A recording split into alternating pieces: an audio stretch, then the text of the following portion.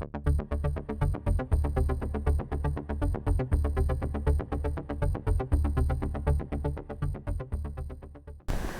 I'm Meijing with the Teen Innovation Program at the Connecticut Science Center. Tonight's special broadcast is being interrupted by breaking news.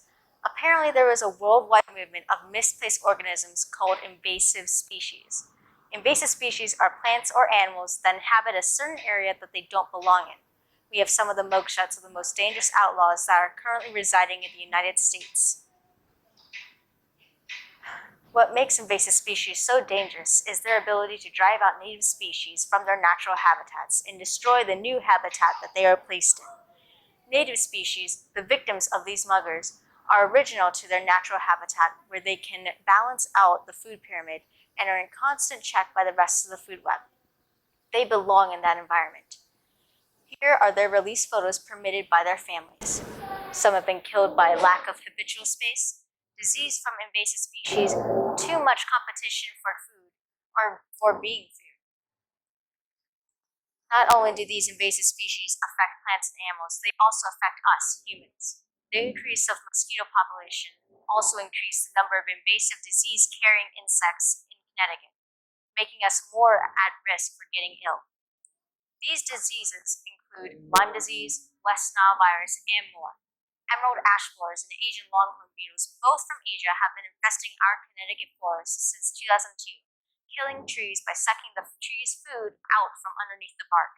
Fruit trees and farms are under attack from these pests, reducing our produce in stores.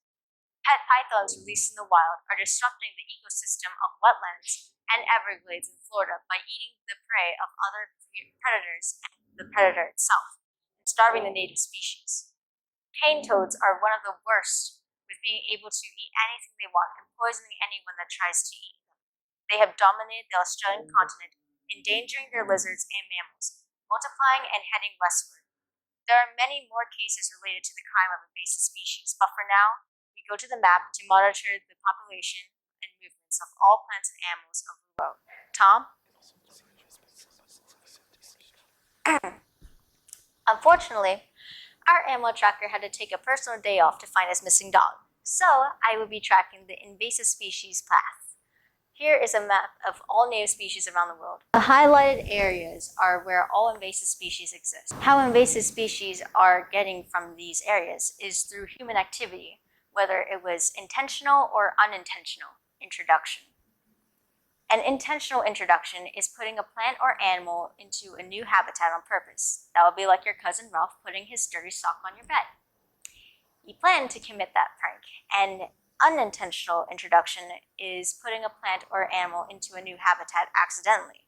This would be like the Asian longhorn beetle or emerald ash borer, where they emerge from imported firewood from China and siege forested areas of the U.S. without the people knowing. DEEP, Department of Energy and Environmental Protection in Connecticut, is responsible for protecting and enhancing the quality of Connecticut's air, water, and lands. They are gathering a list of which species need to be conserved and are trying to control the spread of invasive wildlife by prohibiting the transport of firewood for a start. What we can do to help manage the population of invasive species is cleaning our fishing and hiking gear, because you never know what could be hiding in your boots. Never moving firewood, dead or dying trees, because they can contain those pests mentioned earlier. Volunteer at removal efforts or pluck out invasive species in your own backyard. Talk to a local nursery about which plants are native to your area and plant those instead. Clean your boat before getting into new water. And if you see an invasive species in your area, report it. Learn more about the invasive species so you know what to do if you find it. And always check your pet's paws when traveling with them. If they have seeds in them, brush them off if you're still in the same area as you were before. We only have one Earth, so we have to take care of it. Thank you for watching this televised report. If you are still interested in other topics regarding climate change, please watch our other videos on ecosystems, ocean acidification, and the heat island effect.